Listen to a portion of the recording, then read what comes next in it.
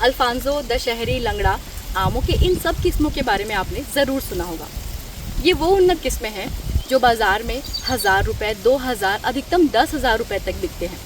लेकिन अगर मैं आपसे ये कहूँ कि बस्तर में एक किसान ऐसा भी है जो 2.5 से 3 लाख प्रति किलो बिकने वाले आम की खेती करते हैं।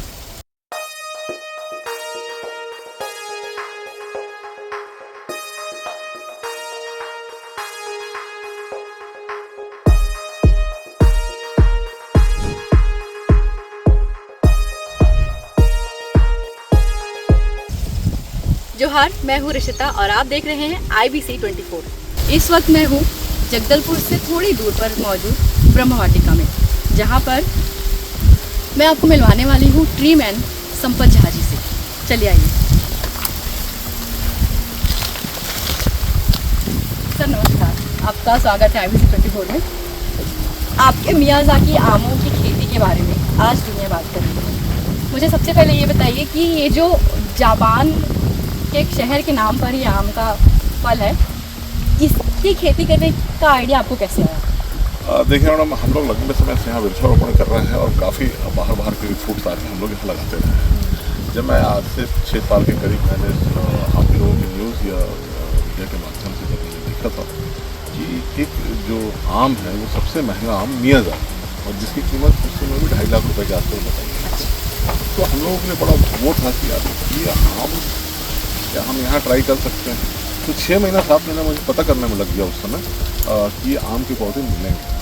तो फिर जब राजमहंद्री में बताया गया, उस समय आम काफ़ी पौधे जो काफ़ी महंगे मिलते थे, तो उस समय हम लोगों ने पौधे लाए थे। और पौधे को लगाने के बाद मैं किसी से इसलिए कोई डिस्कस नहीं करता था कि लोगों को लगेगा कि यार इतना महंगा पौधा ले आया है आम का और 2.5 लाख रुपये किलो थोड़ा लोगों के लिए सरप्राइजिंग लगता है।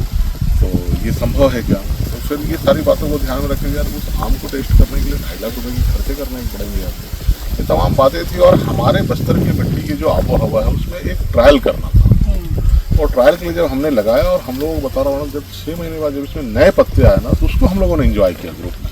तो जैसे आपने बताया कि बहुत महंगा ये इसका पौधा ही मिलता है, एक पौधा तब आपको कितने का पड़ा? उस समय 5,000 रुपये का पड़ा था मैडम। अभी तो 1000 में, 500 रुपये में, अब तो क्या चूँकि 5 साल और हो गए और देश के विभिन्न जगहों पे और भी ये पौधे लग रहे हैं। जैसे मैंने 2 साल पहले पढ़ा था, वहाँ पे जबलपुर के जो एक किसान है वो 50 लाख रुपए सिर्फ सुरक्षा पे खर्चा करते थे मियाज़ाकी के बाद। हाँ, मैं अगला सवाल आपसे यही पूछने वाली थी कि अब जैसे 2.5 लाख रुपए किलो का जो फल है वो पेड़ में लगा है, तो वो तो सोने की जैसा हो गया, तो इसकी सुरक्षा को आप कैसे करते हैं? कैसे इसकी सुरक्षा करते हैं? देखिए मैडम, अभी तो हम लोगों ने ट्रायल बेसिस लगाया है और उतना लिमिट पौधे लगाए थे, क्योंकि लगाने के पीछे उद्देश्य थे कि इसकी सफलताओं का प्रतिशत कितना है।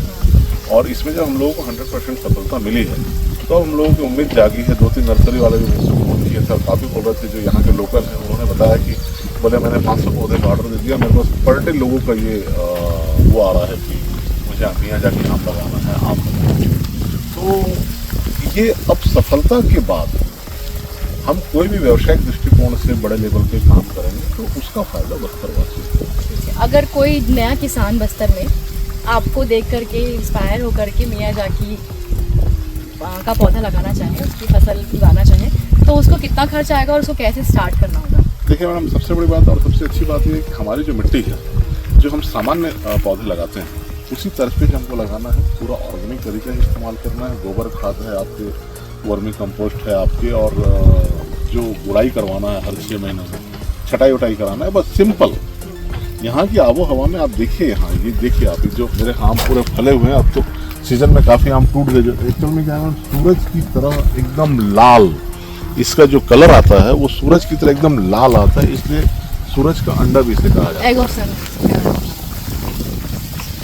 तो जैसे मैं पढ़ रही थी इसके बारे में, कुछ जगहों पे ग्रीन हाउस में इसको उगाया जा रहा है, लेकिन यहाँ पर आप बिल्कुल नेचुरल तरीके से इसको आपने किया है। तो यहाँ की मिट्टी में ऐसी क्या खास बात है और आपने किन सुरक्षा उपायों का या फिर किस प्रोडक्शन आपने कैसे किया कि कैसे पेड़ बढ़िया अच्छे से हो रहे हैं? इसका कुछ अलग तरीके का कुछ केयर करना पड़ता है? नहीं, अभी तक तो हम लोगों ने ऐसा कुछ भी अलग केयर नहीं किया, लेकिन हम लोगों ने बस ये किया कि जब छोटे छोटे फल थे इसमें हम लोगों ने कवर चढ़ा दिया। अच्छा। ताकि इसको कीट वगैरह नुकसान ना करे। हाँ। तो उसकी सफलता मिली, उसका भी हम लोगों को फायदा। और जो थोड़े से मानक जो बताए जाते हैं पेड़ के आम के और वो सब लगा देना, ये बारिश के पहले वो लगा दिया था हम लोगों ने। और ये हम सबके लिए तो पहली बात ये है कि सबसे ये हम लोग के लिए सरप्राइज, और ये पहला साल है। अच्छा, फल आपको पहली बार मिल रहा है? हाँ, ये पहली बार मिल रहा है 4 साल बाद। उस समय 2 साल के आसपास का पौधा था ये, और 4 साल में ये हम लोगों को फ्रूट्स मिले। तो अभी तो इसका कोई फायदा भी फिलहाल आपको ऐसे मिला नहीं होगा, बिजनेस के पर्पज से देखा जाए तो?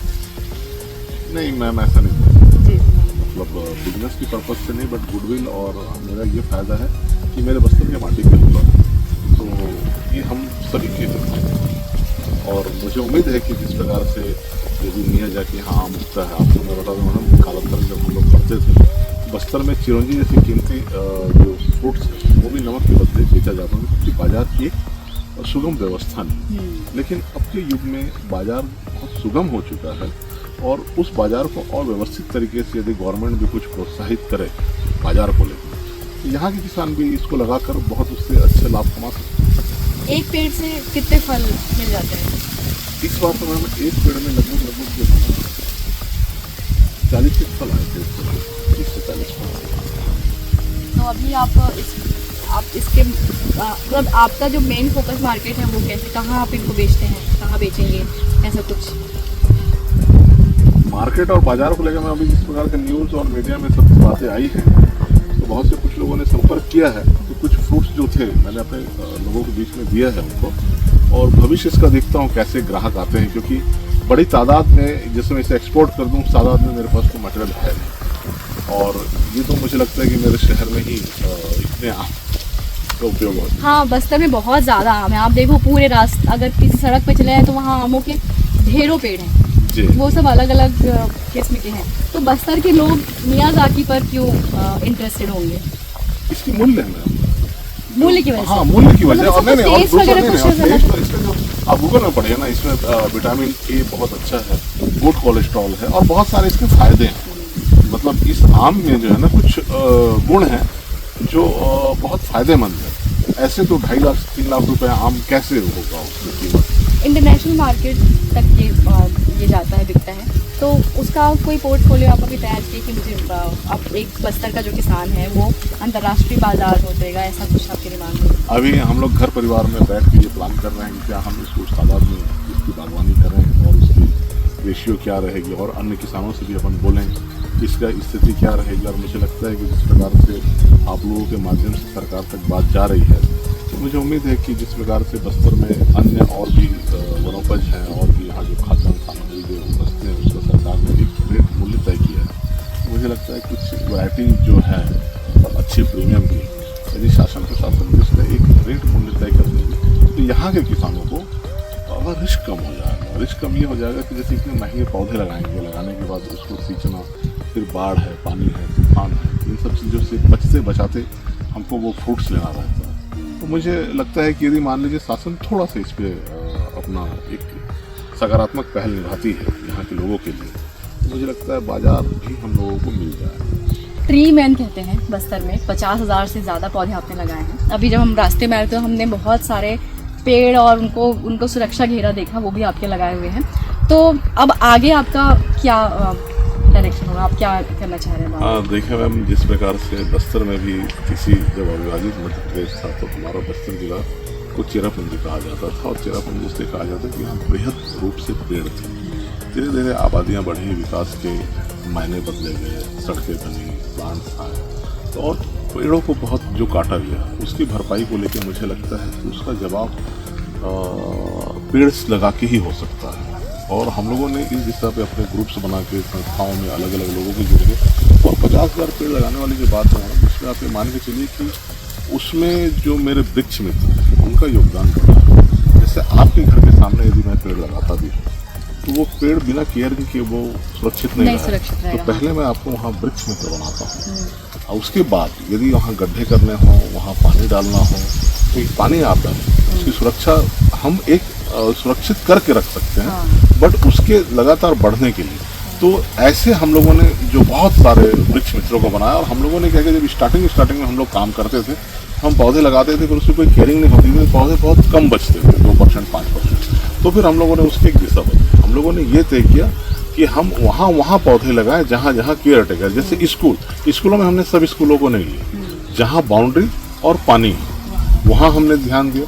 और हमें इस बात से कोई मतलब नहीं कि वो सरकारी ज़मीन है, वो प्राइवेट ज़मीन है, वो किसकी ज़मीन है, वो सड़क किनारे की ज़मीन है। अगर हमें वहाँ केयर टेकर जो हमारा वृक्ष मित्र मिला है, उसने हमसे बोला कि चलो हम यहाँ वृक्षारोपण करते हैं, तो उस मोहल्ले के समूह को, उस कॉलोनी के ग्रुप को जोड़कर हम लोगों ने वहाँ पे एक वृक्षारोपण किया। और वृक्षारोपण करने के बाद आज सारे पेड़ बने। तो हम लोगों को अब इसलिए आनंद आता है कि पेड़ों के माध्यम से हम अपने लोगों के साथ भी जुड़ते गए।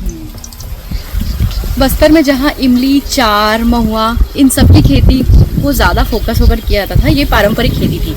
ऐसे में ट्री मैन संपत झा जी ने एक इनोवेटिव तरीके से एक नवाचार को अपनाया और उन्होंने मियाज़ाकी, आवाकाडो की भी उन्होंने पेड़ लगाए हैं, और उसके बारे में थोड़ा जानना चाहूँगी। और अभी जब हम रास्ते में आए थे तो उन्होंने मुझे एक बहुत ही पर्पल कलर के सुंदर पेड़ के बारे में बताया कि ये भी उगेंगे।